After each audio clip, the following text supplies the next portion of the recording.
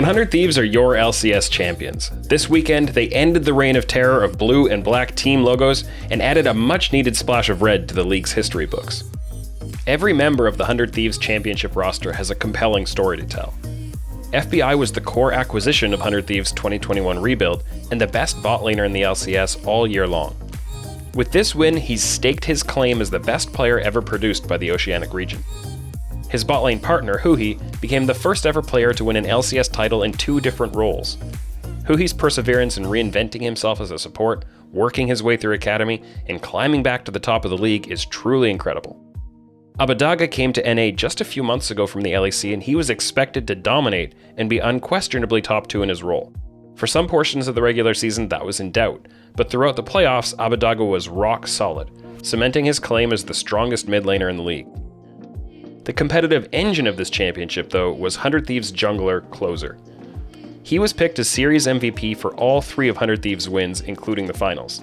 He picked up 4 triple kills and 1 quadra kill en route to a playoffs-leading 5.8 KDA. He consistently got ahead in golden experience, put up big damage numbers, and made key plays.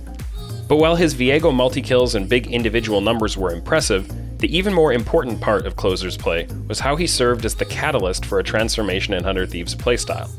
As the playoffs went on, the team found its stride and increased the pace of their gameplay more and more, arriving faster to plays so they could execute from a stronger position. The main way this showed up statistically was in 100 Thieves' early skirmishes. They fought a little more often before 15 minutes, with 0.3 more combined kills in 15 in the playoffs compared to the summer regular season. But crucially, since they were arriving at the fights more quickly and on a stronger footing, and since Closer, Abbedagga, and Huhi in particular were executing well, they won those skirmishes far more often. Their pre-15 kill-to-death ratio skyrocketed from a slight positive into a dominating 1.58. They were especially ready to dive bot lane towers or square off 3v3 in the mid lane, and that allowed them to gain control of the flow of the game, both because of the golden XP they earned from the kills and the map presence they gained from vision and minion wave control afterwards. That map presence helped 100 Thieves increase their herald control from 60% in the regular season to 70% in the playoffs, and added 7 percentage points to their first dragon rate too. All around, this was a quicker, crisper 100 Thieves, led by Closer's improvements in how well he moved around the map. But while Closer was the biggest driver of this victory on the Rift, the longest standing thief was its heart and soul. Emotionally, this championship belongs to Someday. Someday arrived on the pro stage all the way back in 2013 with KT Rolster B. He became a starter with KT Rolster Arrows in 2014, and they won the OGN Champions Summer Tournament that year, but they failed to reach Worlds by losing in the Korean Regional Finals afterwards.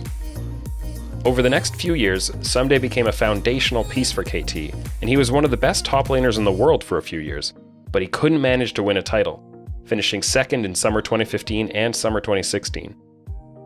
Someday made the move to NA in 2017, still very much a big-name signing despite his struggle to put his name on a trophy. After 1 year with Dignitas, he joined 100 Thieves in 2018, reaching the finals with them that spring but losing to Team Liquid. The next few years were ironically a real roller coaster, as 100 Thieves struggled to put a strong team together around their star import.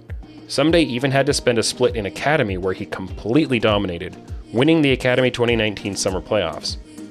But despite a retooled lineup around him in 2020, success in the LCS was still elusive. Spring 2021 seemed to continue the trend, despite yet another new roster being assembled around Someday. But then the story took a turn when Someday received a green card, making him officially a domestic NA player. That allowed 100 Thieves to make one more big move by importing Abbedagga, and now we're here. Someday's tenacity brought him here. He came to NA 5 years ago and fought through every setback, letting his play do the talking for him. And now, for the first time since summer 2014, 7 years, 581 pro games, and 1,583 kills later, Someday is once again a champion. Congratulations to Someday, Closer, Abbedagga, FBI, Huhi, and all the support staff standing behind them.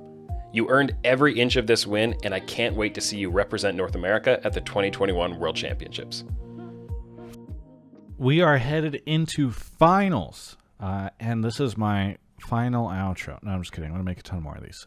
But it is not the final time that I will promote Alienware, our amazing sponsor. Alienware.com/Travis. Check out the link in the description. just do it. All right. It's a great way to celebrate finals by celebrating my sponsors.